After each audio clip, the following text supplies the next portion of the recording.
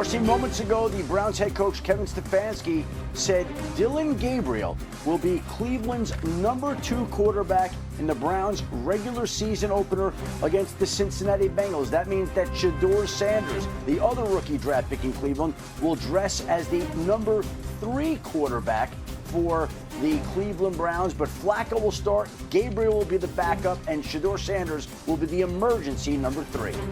Makes sense, deservedly so. The tape from week 2 of the preseason or week 3 of the preseason was very good. I think he plays really fast. He moves in the pocket very efficiently.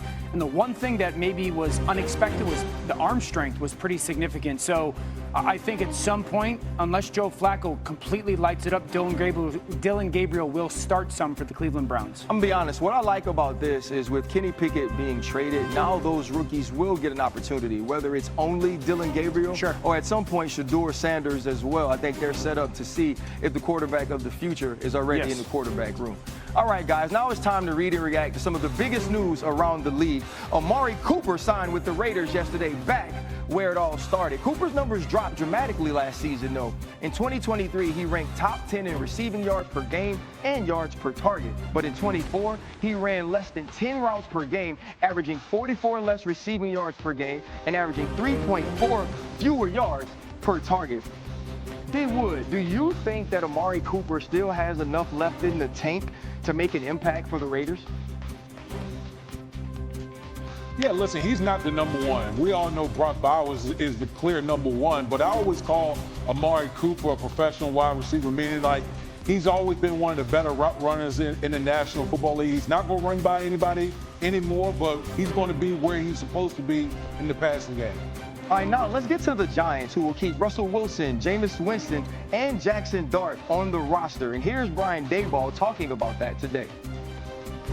You know, I'm happy, like I said, with a lot of the additions we've made and the chemistry of the group. But again, that's all talk. You got to go out there and do it at a high level when it matters, which is the regular season. But it's a player's game, and I'm excited for the players that we have on our football team. Dan, Jackson Dart impressed in the preseason. What did you see from the young quarterback? The most impressive thing was that his tape from college and the things that I liked carried over to the NFL. The pocket strength, but constantly playing with his eyes up athletically. Sets backside to throw a two-man combination, an out route and an in route. But he sees that corner squatting on that route, out route, don't want to go there. Now I want to go throw the in route, but that safety's driving it. So there's a lack of comfort to throw that football while that right tackle's getting beat. Hang in the pocket, and now take off. But RC, he takes off, but still remains in that passing mode. Athletically, seeing what that linebacker does. Linebacker attacks him, finds that slot receiver wide open in stride. It's a big play. And the fact that he handles the pocket while not just being athletic and running, big deal. Man-to-man down in the red zone, tight end up top, one safety in middle field. That tight end has a little bit of a post. Hold that middle field safety right for just 1 second. He's going to catch the snap and do that. And now in the red zone, it's got to be 1, 2, 3, and ball has to be out without a hitch. And that backside green window is where exactly how you want to throw it. Now, I love the height of the throw, but if and when he becomes their starter, that ball can't be here. You know what I'm saying? So I like a lot of the stuff. It's not flawless.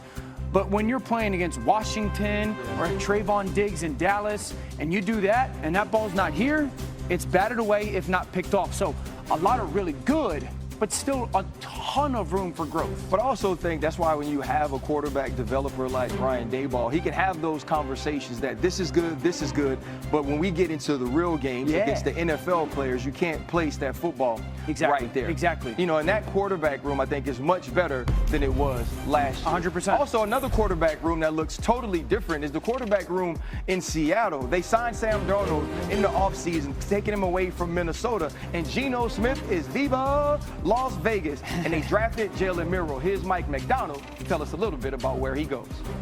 We're going to have plays for Jalen and game plans, and he's going to rep those are the ones.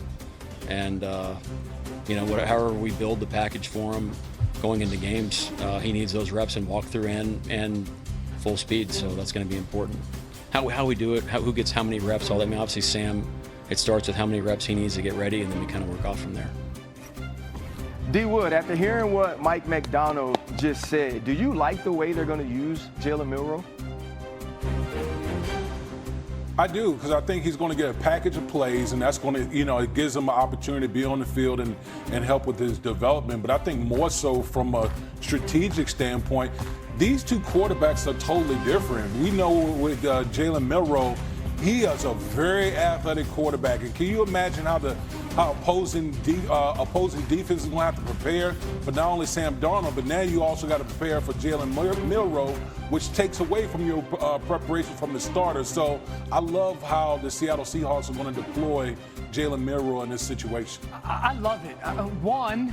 Now the San Francisco 49ers, who they play in week 1, and I think the Pittsburgh Steelers in week 2 and so on, you've got to prepare. You got to spend time preparing for something. You also don't really know what it's going to be. This is a guessing game in some ways for those defenses. So I love the fact that Mike McDonald is just planting that to those teams.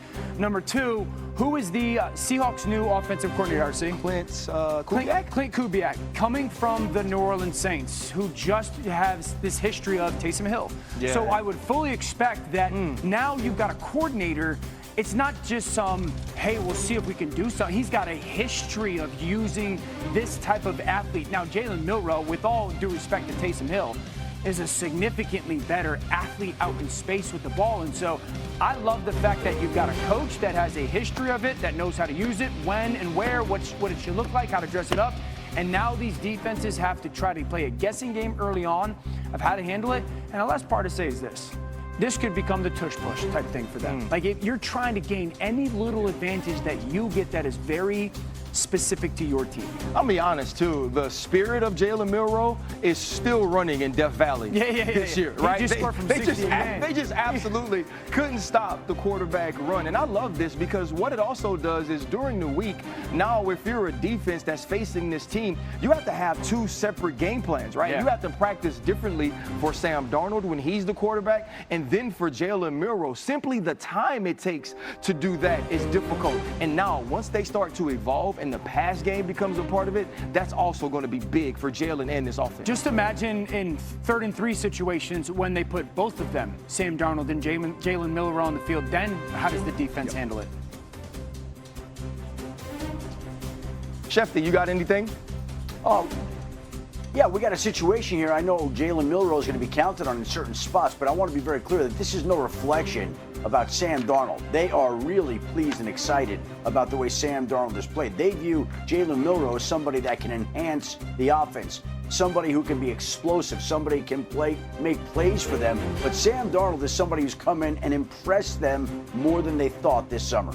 I'm going to say this, and sometimes I say silly things. The last time they had a free agent and they also drafted a dual-threat quarterback in the 3rd round, it was Matt Flynn and Russell Wilson. And I'm not saying that that's happening right now, but you just never know how a guy like Jalen Milroe can progress, and we could see him replacing Sam Darnold at some point in the future. But coming up, this is a dude that nobody